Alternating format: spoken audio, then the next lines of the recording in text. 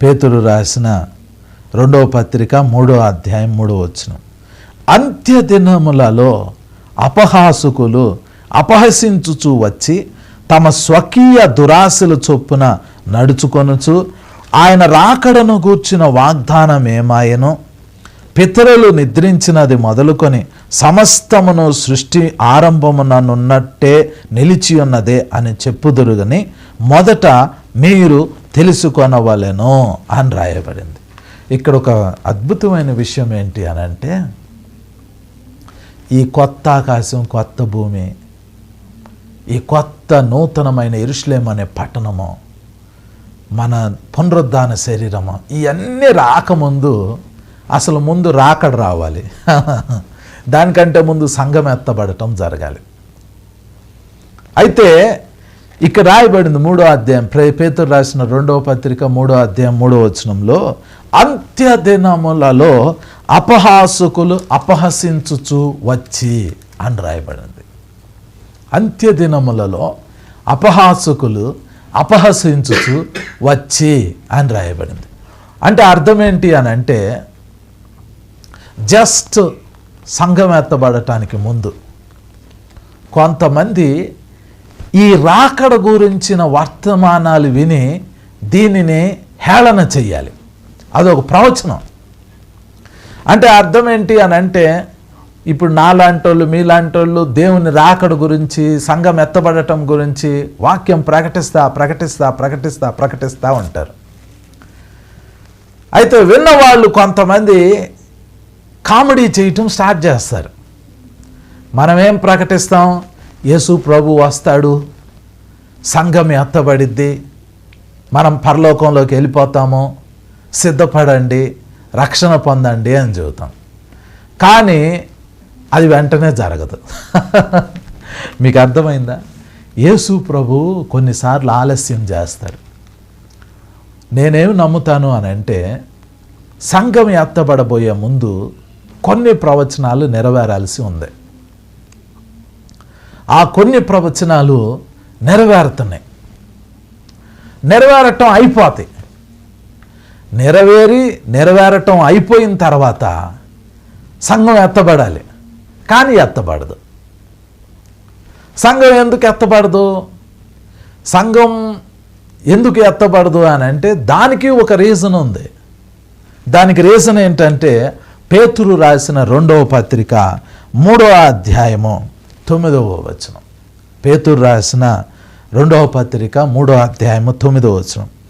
కొందరు ఆలస్యమని ఎంచుకొనున్నట్లు ప్రభువు తన వాగ్దానమును గూర్చి ఆలస్యము చేయువాడు కాడు గాని ఎవడునో నశింపవలెనని ఇచ్చయింపక అందరూ మారు మనసు పొందవలెనని కోరుచు మీ ఎడల దీర్ఘశాంతము గలవాడై ఉన్నాడు అని రాయబడింది. యేసు ప్రభు ఎందుకు తన రాకడని, సంఘం ఎత్తబడటానికి ఆ దినాన్ని లేట్ చేస్తాడు అని అంటే, మీకు అర్థమవుతుందా? చాలా జాగ్రత్తగా వినండి.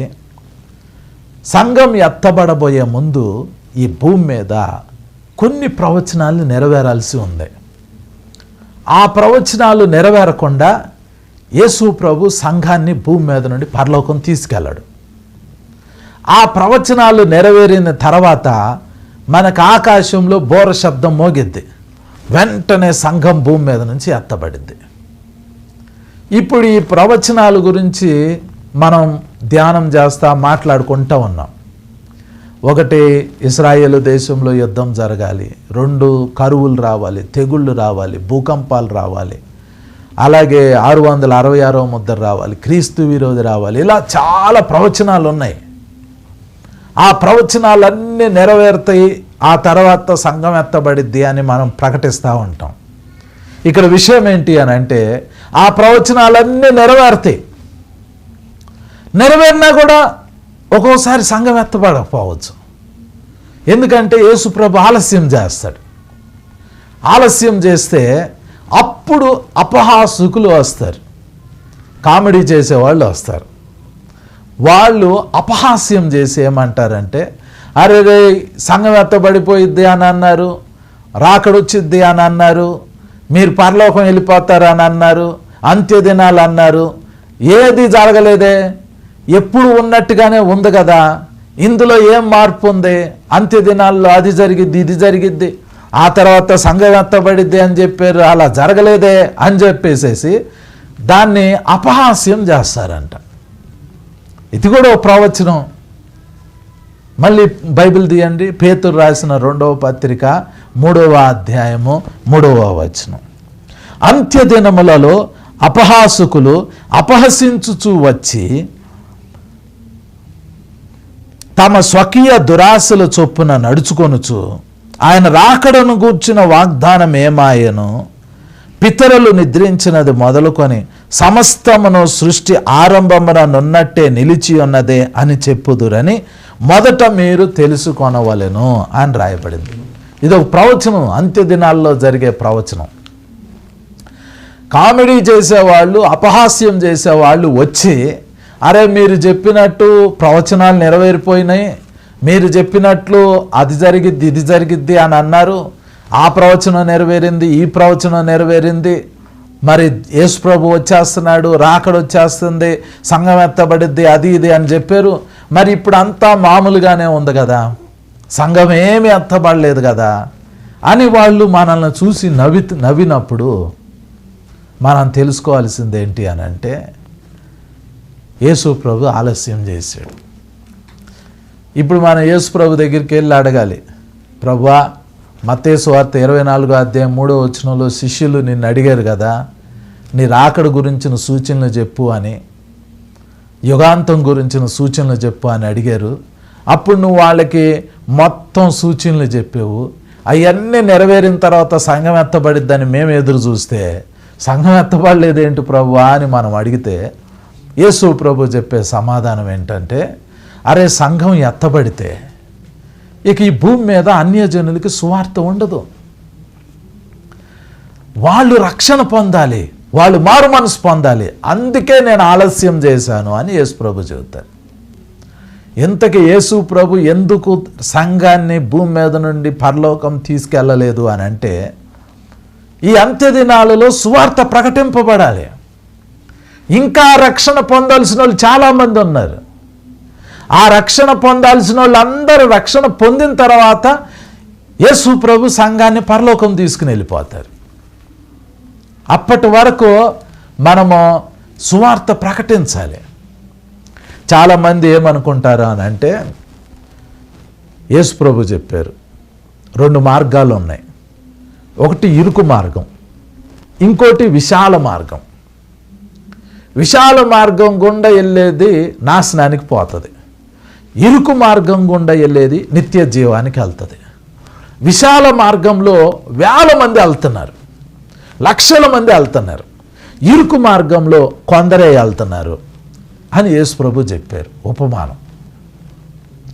దానిని ఇప్పుడున్న కొంతమంది ఏమని కోట్ చేస్తున్నారు అని అంటే, అందరూ పరలోకంలోకి వెళ్ళరు, లక్షల మంది కోట్ల మంది నశించిపోతా నరకంలోకి వెళ్ళిపోతా ఉంటుంటే, ఆ లక్షల మంది కోట్ల మందిలో ఏదో కొద్ది మంది మాత్రమే ఆ ఇరుకు మార్గం గుండా వెళ్ళేవాళ్ళు మాత్రమే పరలోకం వెళ్తారు అని చెబుతున్నారు. కానీ ఒక విషయం ఏంటి అని అంటే, యేసు ప్రభువు ఈ భూమి మీద ఉన్నప్పుడు ఆ ఉపమానం చెప్పారు. యేసు ప్రభు ఈ భూమి మీద ఉన్నప్పుడు అది వాస్తవం. ఇరుకు మార్గం గుండా వెళ్ళేవాళ్ళు కొద్దిమందే, అప్పుడు కొద్దిమంది మాత్రమే పరలోకానికి వెళ్తున్నారు. ఆ టైంలో అంటే వాళ్ళ పేర్లు జీవగ్రంథంలో కొద్దిగానే రాయబడుతున్నాయి. విశాల మార్గంలోకి వెళ్ళేవాళ్ళు నరకం వైపు వెళ్తున్నారు, వాళ్ళు పరలోకానికి వెళ్ళట్లా. అయితే యేసు ప్రభు సిలువ వేయబడి చనిపోయిన తర్వాత, ఆయన పునరుద్ధానుడైన తర్వాత యేసు ప్రభు ఏం చేశారంటే, ఆ విశాల మార్గంలో వేల మంది వెళ్తా ఉంటుంటే వాళ్ళ ఎదుట ఆ విశాల మార్గంలో యేసు ప్రభు సిలువను నాటాడు. ఇప్పుడు వేల మంది, లక్షల మంది, కోట్ల మంది ఆ విశాల మార్గంలో నడుచుకుంటూ వెళ్తూ ఉండినప్పుడు, నాశనానికి వెళ్తూ ఉండినప్పుడు, మధ్యలో వాళ్ళు ఆ స్థలంలోకి వెళ్ళిన తర్వాత ప్రతి వ్యక్తి సిలువను చూస్తున్నారు. అంటే అర్థం ఏంటి అని అంటే, యేసు ప్రభు సిలువ వేయబడక ముందు పరలోకానికి వెళ్ళే వాళ్ళ సంఖ్య అతి తక్కువ మంది. ఎందుకంటే అప్పుడు సువార్త లేదు. పాత నిబంధన కాలంలో ఓన్లీ యూదులు మాత్రమే దేవుణ్ణి తెలుసుకున్నారు. ఆ యూదుల్లో చనిపోయిన వాళ్ళు మాత్రమే, నీతిమంతులు మాత్రమే పరలోకానికి రిజిస్టర్ అయ్యారు. ఆ తర్వాత అన్యజనులు ఎవరైతే మనస్సాక్షి ప్రకారం నీతిగా జీవించారో, వాళ్ళకి సువార్త లేకపోయినా వాళ్ళ మనస్సాక్షి, వాళ్ళ తలంపులు నీతిగా ఉంటే వాళ్ళు పరలోకానికి రిజిస్టర్ అయ్యేవాళ్ళు. అంటే యేసు ప్రభు సిలువ వేయబడక ముందు ఈ భూమి మీద 1,000,000 మంది చనిపోతే ఏదో 5-10 మంది పరలోకానికి వెళ్ళేవాళ్ళు. అంటే వాళ్ళ పేర్లు పరలోకంలో రిజిస్టర్ అయ్యాయి. ముఖ్యంగా యూదులు, అలాగే అన్యజనుల్లో అయితే తమ హృదయాన్ని పవిత్రంగా పెట్టుకున్న వాళ్ళు మాత్రమే వెళ్ళేవాళ్ళు. 1,000,000 మంది చనిపోతే ఓన్లీ 5-10 మంది పరలోకానికి రిజిస్టర్ అయ్యారు. కానీ యేసు ప్రభు సిలువ వేయబడిన తర్వాత, యేసు రక్తం ఈ భూమి మీద చిందింపబడిన తర్వాత ఇప్పుడు కొన్ని వేల మంది, లక్షల, కోట్ల మంది పరలోకానికి రిజిస్టర్ అవుతున్నారు. సంఘం ఎత్తబడేటప్పుడు మనం ఏం చూస్తామో తెలుసా? ఏదో ఒక 10 మందో 20 మందో పరలోకం వెళ్తాం చూడం. పరలోకానికి ఎంతమంది వస్తారో తెలుసా? ప్రకటన గ్రంథం 7వ అధ్యాయం మీరు చదివితే అక్కడ రాయబడింది, ఎవ్వడునూ లెక్కింపలేనంత మంది జనం. ఎవ్వడునూ లెక్కింపలేరంట. సంఘం ఎత్తబడేటప్పుడు కొద్దిమంది కాదు. నాకు కళ వచ్చింది, ఆ కళ్ళలో ఆకాశంలో బోర మోగింది, నేను ఎత్తబడ్డా. ఆ ఎత్తబడిన సమయంలో నేను ఇట్లా చూస్తా ఉన్నా, ఒకళ్ళు కాదు, ఇద్దరు కాదు, కోట్ల ప్రజలు ఇలా ఎత్తబడ్డారు. ఆల్మోస్ట్ భూమి ఖాళీ అయిపోయిందా అన్నట్టు అనిపించింది. అంటే లాస్ట్ డేస్లో ఏమైద్ది అని అంటే సువార్త ప్రకటన జరిగిద్ది.